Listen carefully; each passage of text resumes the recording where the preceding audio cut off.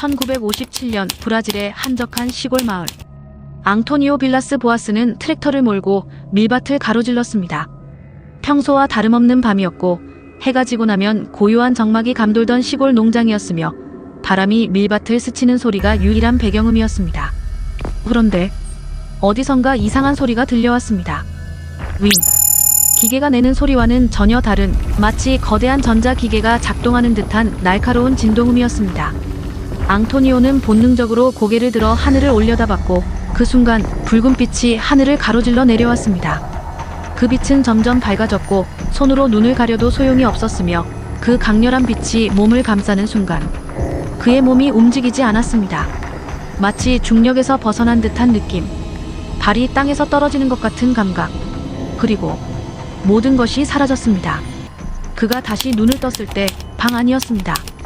숨이 거칠어졌고 온몸에 식은땀이 흘렀으며 머리가 깨질 듯이 아팠습니다. 그는 분명 밭에서 일을 하고 있었는데 그런데 어떻게 여기에 온 걸까? 그는 벌떡 일어나 벽에 걸린 시계를 바라봤고 순간 심장이 철렁 내려앉았습니다. 4시간이 지나 있었습니다. 그 4시간 동안 그는 어디에 있었던 걸까? 손으로 이마를 짚었을 때 팔에서 따끔한 느낌이 들었습니다. 그는 천천히 소매를 걷어올렸고 숨을 멎을 뻔했습니다. 팔과 다리에는 날카로운 무엇인가에 긁힌 듯한 상처가 나 있었으며 그중 일부는 마치 주사바늘이라도 찔린 것 같은 작은 구멍이 남아 있었습니다. 특히 목덜미에는 작은 붉은 반점들이 점점이 박혀 있었습니다. 그는 서둘러 거울 앞으로 갔습니다. 거울 속의 자신은 낯설어 보였습니다. 창백한 얼굴, 붉게 충혈된 눈, 그리고 어디선가 본 듯한 기이한 문양이 목덜미에 새겨져 있었습니다. 며칠이 지나도 기억은 돌아오지 않았습니다.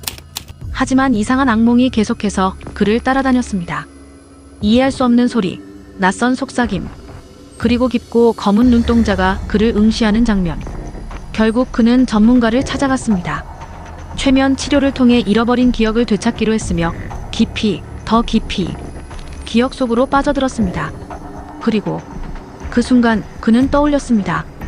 붉은 빛이 온몸을 감쌌고 그의 몸이 서서히 떠오르는 느낌이었으며 그리고 그 앞에 그들이 서 있었습니다. 큰 머리, 회색빛 피부, 가늘고 긴 손가락, 감정이 없는 깊고 검은 눈동자. 그 존재들은 침묵한 채 그를 바라보았고 그들의 손짓 하나에 그의 몸이 다시 떠올랐으며 차가운 금속 같은 표면에 눕혀졌습니다. 숨이 막힐 것 같았으며 그들의 손가락이 그의 피부를 스칠 때마다 오싹한 전율이 느껴졌으며 차가운 기구들이 그의 몸을 따라 움직이며 그 순간 강렬한 통증이 찾아왔습니다. 그리고 눈앞이 다시 어두워졌습니다. 최면에서 깨어난 앙토니오는 헐떡이며 자리에서 벌떡 일어났습니다. 손이 떨렸고 숨이 가빠졌으며 머릿속은 아까 본 장면들로 가득 찼습니다. 이건 단순한 꿈이 아니었습니다. 그는 분명 어딘가에 있었으며 누군가, 아니 무언가와 마주했었습니다. 그의 몸에 남아있는 상처들, 붉은 반점, 주사바늘 같은 흔적, 모든 것이 그 기억과 연결되었습니다. 그들은 단순한 존재가 아니었습니다. 그들은 인간의 기억을 조작할 수 있었으며 그가 자신을 기억하지 못하도록 했으며 하지만 모든 기억을 완전히 지울 순 없었습니다. 앙토니오는 거울 속 자신의 모습을 다시 보았습니다. 그리고 깨달았습니다. 그날 이후 그의 눈빛은 어딘가 달라져 있었습니다. 한 달 후, 앙토니오는 점점 평범한 일상으로 돌아가는 듯 했습니다. 기억은 희미해졌고 악몽도 점차 줄어들었으며 어쩌면 이 모든 게 단순한 착각이었을지도 모른다고 생각했습니다. 그러던 어느 날 밤, 그가 문을 열고 하늘을 바라본 순간 그는 다시 얼어붙었습니다. 붉은 빛이 다시 하늘에 떠 있었습니다.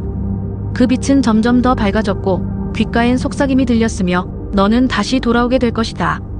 그가 도망치려던 순간 몸이 움직이지 않았습니다. 그 순간 그는 알았습니다. 그들은 다시 돌아왔다. 그리고 그가 다시 눈을 떴을 때 그날의 기억은 또다시 사라져 있었습니다. 이 모든 것이 단순한 착각이었을까요? 아니면 우리가 모르는 무언가가 실제로 존재하는 걸까요? 기묘한 이야기였습니다. 시청해주셔서 감사합니다.